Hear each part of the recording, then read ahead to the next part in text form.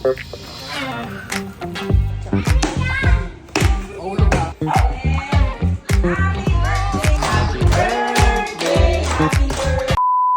ako nagising at nandito naman kami kay Aling Gloria's Lechon ngayon. Magbabayad na nga tayo ng lechon na order natin para sa birthday ng aking asawa. Ayan, at minimekos-mekos na nga nila at mamaya na nga lang natin babalikan yan. Siyempre, ito na nga rin yung bibigay kong birthday gift sa kanya, itong money bouquet. Ayan, kung mapapansin nyo nga guys, binigay ko na at babalikan ko na lang din mamaya lahat. Siyempre, wala na tayong masakyan dahil di na tayo nakapick up. Tinawag na lang natin si Kuya Marvin para magkarga sa kolong-kolong niya ng lechon kasi wala na tayong mapagkargahan. Hawak ko na nga yung sarsa at dinuguan para maiuwi na namin yung lechon. Ito nga pala yung bigay ng mama ko na regalo niya sa asawa ko. Kaya siyempre nagpapasalamat din kami kay mama at napaka-solid ng regalo niya sa asawa ko. Ayan na nga at nagtuloy na nga kami, pinauna ko na yung lechon. Hawak ko na nga yung dinuguan at sarsa at pupunta muna kaming magsimba. Bandang hapon na nga ito kaya magsisimba na kami. Kailangan din natin magpasalamat sa lahat. Siyempre, paggagabay at lagi siyang nandyan para sa atin. Siyempre, birthday din ng asawa ko. Mapasalamat tayo sa lahat ng blessing at biyayang binibigay niya sa atin. Nandito na nga kaming tatlo. Tuwang-tuwa na naman nga yung mag-ina ko, siyempre.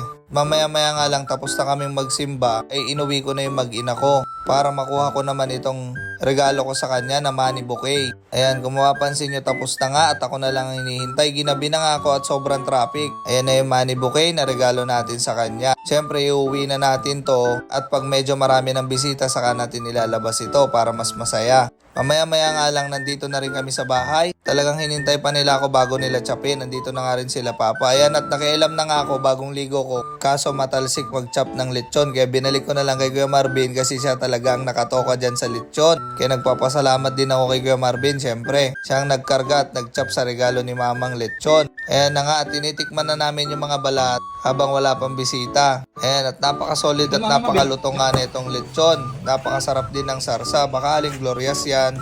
Kita nyo naman yan kung gaano kalutong. Ayan, napakasarap talaga ng lechon nila. Sauce pa lang, sobrang sarap na. Nandito na nga yung anak ko, dumating na yung mga ibang pinsan niya kaya tuwang-tuwa na. At pagpasok ko nga dito, nagre-ready na yung asawa ko para sa mga bisita niya. Nagluluto pa kasi sila sa baba kaya sinilip ko sila. Ayan na nga yung biyanan ko. Nagluluto sila Ate Sitang at saka sila Ate Wenang. Sobrang sarap lang sa pakiramdam ng may binan at may magulang na tumutulong sa amin. Kaya naparami rin ng handa kahit papano ay nakaraos din kami. Dito na nga sila mama, dumating na sila Ninang Janet at saka sila Ninang Doris. Mamaya-maya na nga lang nagsisidatingan na sila. Napakaraming ang bisita ng asawa ko ay lahat di sasakyan kaya napuno na kami ng sasakyan dito sa bakuran. At andito na nga rin yung tito ko at nagbigay ng cake na regalo sa asawa ko.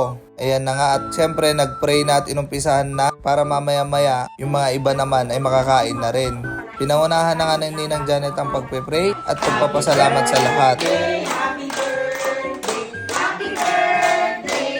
Siyempre, kukunin ko naman na yung pangmalakasang regalo ko sa asawa ko. Ito na naman nga yung regalo ko nung nakaraan dahil wala na akong maisip. Rush na nga at ang dami naming inaasikaso kaya inulit ko na lang ulit. Siyempre, wala siyang kaalam-alam na meron na naman akong regalong ganito. Siyempre, bilang pasasalamat at sobrang sipag at napakaalaga sa amin ng asawa ko, naisipan ko na naman siyang regalohan. Siyempre, at napakamahal na mahal ko yung asawa ko na yan.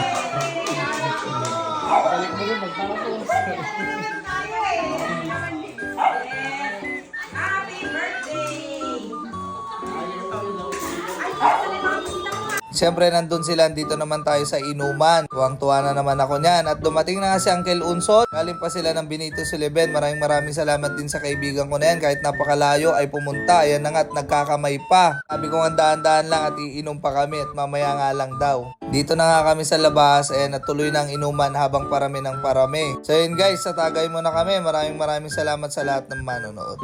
Special shout out sa mga viewers natin. Romel, Aris, maraming salamat at andyan kayo. MJ Almasan, maraming salamat po.